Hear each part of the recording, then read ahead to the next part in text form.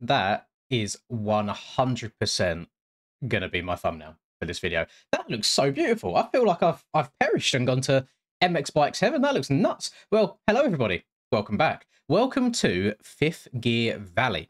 This is a track created by Your MX Plug, and apparently it's a track used with the help of some of my track building tutorials. So that is a big old W. Yeah, I'm going to throw it out there. It looks much better than anything I've ever made. So thank you for showing me up, sir. Like the stuff on like the takeoffs and the jumps, just where it kind of marks where they all are. I think that's just really, really cool. A lovely little touch there. I like how simple it is. Like the greens are super, super bright. We've just got the whites on the borders of the track. Now, I'm not going super, super tryhard today as I usually do. I am rocking, whilst it's the KTM, we are going on the KTM 125 because you can't put fifth gear in the name of a track and not expect people to ride it on two strokes. Only downside I can see so far, which I've just noticed, is the number of gates. There are not many. So if we could get an update for this track in the near future with a couple more gates on here to get some public lobbies going on it, I think that would be a big old W. But I'm really, really excited to get into this. It looks beautiful. I think the only feedback I could give just from flying around, obviously, is the start gates, then maybe having the windmills moving, but I'm aware that getting animated stuff to work in this game properly, it sounds like an absolute pain in the bum. So I'm not going to hold that against him at all. But yeah, really, really good looking stuff. But the skybox is, oh my goodness, the skybox looks amazing. So yeah, let's go and get some two strokes just singing through the hills of Fifth Gear Valley.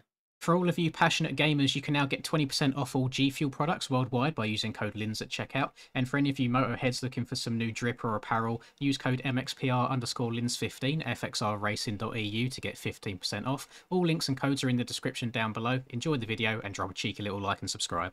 Okay, so we've got a nice little spawn area here.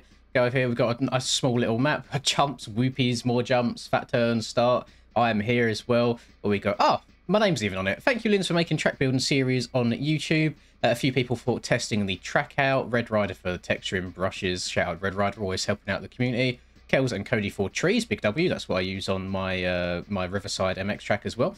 And then Resolute and TFC for everything else. That is a big old W. We do have a QR code here.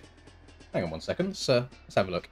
You sneaky little devil. It takes you to a website where you can like donate to him for the track. I think it's this like buymeacoffee.com. That's quite cool. Oh, and then so we've got like comments from people that have donated stuff. That's quite ingenious. That's very, very clever. I haven't seen anybody do that before. Right, let's put on a map. We're going to put on the standings and let's put the speed at the bottom right as well. And let's see how we're going to do around here.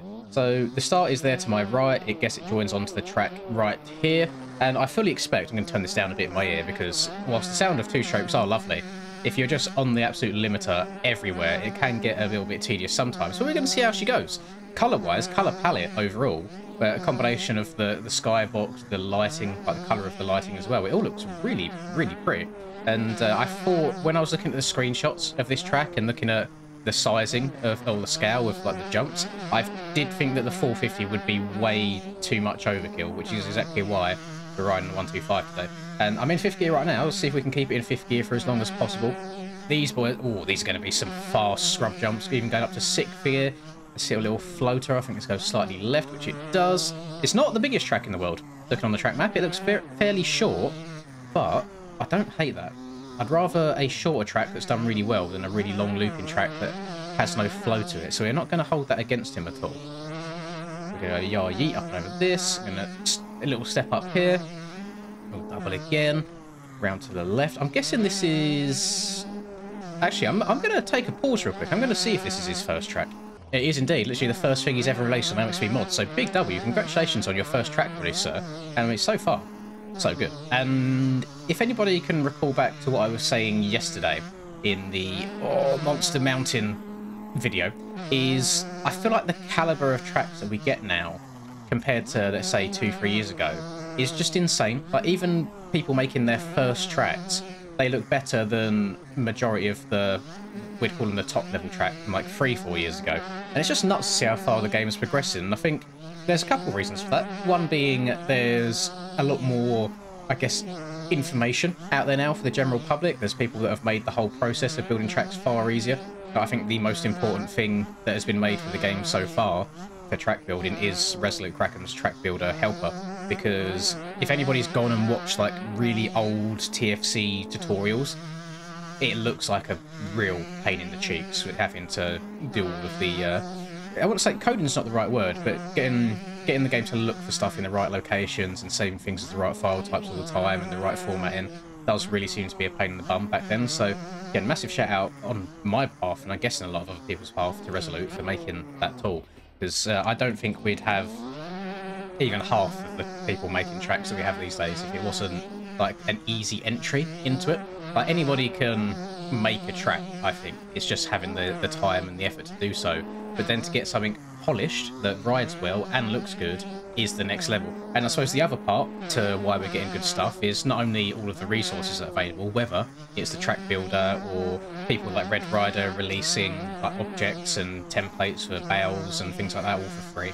It's because the community has grown and more people are showing face. I just think there's a higher chance of there being the most talented individuals rocking up to the game. So it's really nice to see. It makes me happy, man. It makes my life very, very easy. Get to hop on. I mean, I said I'd never have to do this again, actually. So obviously, I've moved in now. I've moved in with my girlfriend. We've been here for about 3 weeks now. And I think I said before I moved, oh, my bad, pimp, that I would never have to go through the effort of like pre-recording a bunch of videos to go away for a few days again. But I now have to do exactly that, because Canada Heights, which is a motocross track in the UK, if you're not from the UK, you probably have no idea. But it is one in game if you want to try and download it and play it. Quite a fun track, very, very difficult though. There's a professional race going on there over this weekend. The track is about 10 minutes from where I used to live. Obviously, it'd be really, really cool to go to it if I still lived there. But I don't now, but now is the time that everyone wants to go and do a cheeky little meet-up and go watching the racing together. So I'm now travelling the 4+ hours back down south to spend the weekend at my parents' place to then go and chill out with the boys, hopefully. Get to see Rusper again. Been a month away from Rusper now, far too long if you ask me. I miss my bay. But it'll be nice to have a little chin wag. And it's also my dad's birthday this weekend as well at the same time, so it's kind of like killing 2 birds with 1 stone. So it'll be nice to go back. I'm a little bit scared because I have no idea what they would have done with my room. I believe my brother was taken over my old room, so it's going to be a sad time seeing it all being redecorated and not mine anymore. I have no idea what the sleeping arrangements are going to be like, but I'll sleep on the floor if I need to. I've definitely I've done worse. I remember for the Hawkstone National race, the what was it? Yeah, it was Hawkstone. Never mind. Yeah, when I went to watch that with the boys as well, got 2 hours of sleep on Charlie's living room floor, for God's sake, the night before. So I can definitely make do. I can make do, but I'm not looking forward to the drive. I don't know why. I'm just not fancying it. My sleep's been a bit rough recently. Still trying to adjust to sleeping with somebody. I wake up in the middle of the night, go to roll over, and I've got my girlfriend's head like under my armpit, and it's like, bruh, move. You've got your own side of the bed. Stop borrowing all of mine. Proper pain in the arse. I need to set up like a divider, get a pillow or I don't know, something to slap in the middle so she can't roll over anymore in the night. I need my space. So I want to try and get maybe 3 or so videos done throughout the course of today. So it's Friday that I'm recording and uploading this one for you, and then I'll do 1 or 2 more throughout the night. And yeah, you probably have 1 on like Monday that I don't do. So my plan is to travel down there first thing Saturday morning, because Saturday is Dad's birthday. So I'll spend a decent amount of the day with him. I will then be going to Canada Heights with Charlie, him, and I think a couple of others. I think there might have been some changes in the plans where some people can't go anymore. And then on Monday morning, I'll drive back up here. Should be home in time for the MXGP of Glen Helen, which I'm very, very excited for as well. Played a little bit of San Bernardino the other day, the 07 version that JV made. And again, found a suspension that feels pretty decent for me. So we'll see how it goes. I'm hoping that he makes the track as rough as that 07 version, because I think that amount of roughness is right on the limit of making the track difficult, but also having rough that the game can handle if you know how to handle it. Whereas I saw people saying that I'm always asking for rougher tracks, but then when we got one, which was Lommel, I complained about it, and I think it's just the type of rough. I think Lommel was very, very locked into your line, and there were some situations where if you did just hit a bump, you would be going over the bars, no questions asked. You couldn't really use any skill to get around that. So yeah, I'm hoping Glen Helen has a very similar amount of roughness as the 07 version, but we shall see. I've not seen any sneak peeks just yet, but I'll be excited. I mean, I'll probably be a little bit rusty on the day, having not played the game for 2.5-ish days before then. Probably sounds a bit sad, but I can't just hop on the game anymore and do really well. I need a little bit of warm-up time, but I'm feeling good overall. I mean, if we want to take a bit of a hollow victory, all of the races, well, all of the overalls that have happened whilst I've been on the KTM 450, I have won. That is literally one race, so small sample size. But yeah, 100% win rate on the KTM right now. Big W's. That's not going to last very long. It's probably going to go down to 50% after the next race. But I do like Glen Helen as a track overall. Not even just to play in the game. I really used to like watching the races around there. Just seeing how brutal the track would get IRL. And that there's one, I don't even know how to explain it, but depending on the layout they do, there's one kind of uphill that then turns really sharp when you get to the top of it. It's not the main one in the middle, it's more off to the back end of the track. I remember one year just watching, and there was this massive kicker halfway up it that then all the top boys were using to pre-jump up to the very top. And I just like stuff like that where the riders really get to show off how skillful they are. I really enjoy it. I like watching the real life riders having to showcase a bit more skill and technique, which you like seeing people like Chase and Jet jumping their way, or like doubling, tripling through bumps and things like that, rather than just like face tanking all of it and just hitting things as hard as possible. I like seeing a little bit more finesse in the riding, so I'm interested. I don't know what's going to go on this year. I have no idea what to do prediction wise. I really do feel like Jet's going to win not every race, obviously. I think that's going to be a very tall task to have back-to-back undefeated seasons, but I do think he will see the championship by the end of it, unless he gets injured. That's always the kind of asterisk, isn't it, above all of him at the moment, is he will win by the end of the season unless he gets hurt or has like a really bad round and gets like a few DNFs, etc. I just think if none of those things happen and he just plugs away getting consistent results all year, I do think he's pretty unbeatable right now. I have a feeling that Deegan will probably win 250 overall this year. I don't think it'll be in like a super dominant fashion, because in terms of like consistency, I feel like he will probably lay it on the ground a couple times, but come the end of the 11th round, I think we're doing 11 this year, I believe, because of SMX reasons, but yeah, I think come the 11th round, he will be in the seat to win it. I really do. So yeah, Jet and the Deegs for the #1 spots for the outdoor season. I think that is my predictions.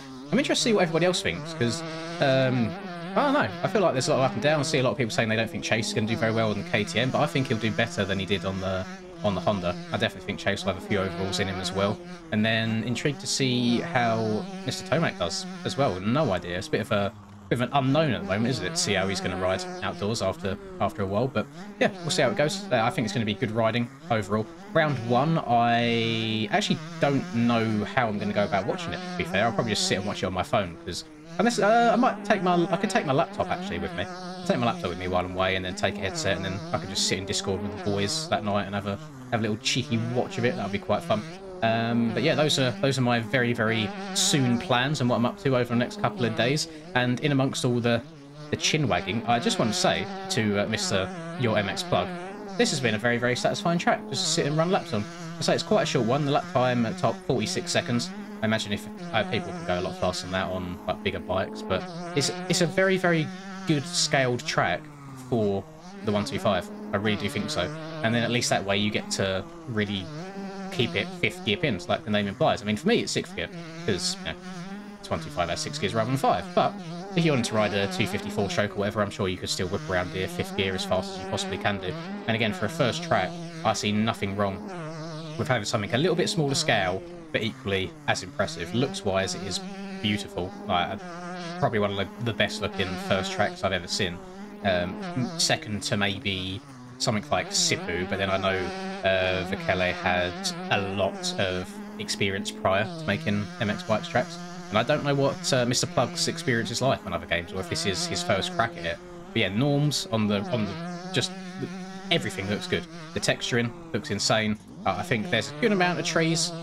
Sometimes I can kind of see off in the distance, but I like the white fencing he's got going around the outskirts of the track as well to create almost like a border. And I think he's just done a really good job all around. But if we can get an update, please, sir, with more start gates, that'd be a W. So thank you, everyone, for watching. I hope you have enjoyed. If you did, please drop a cheeky little like and subscribe to the channel if you are new. Have a lovely rest of the day, whatever you're up to. And I will catch you all in the next video. Peace. I'm sacrificing my life, I'm sacrificing my mind, I'm sacrificing my sanity, but most importantly, I'm sacrificing my time. Boy, I feel fine, I feel like I am a king. Honestly, I can't complain. Even with faith that's the size of a grain of some salt, I will still move a mountain and do what I want. I got salt.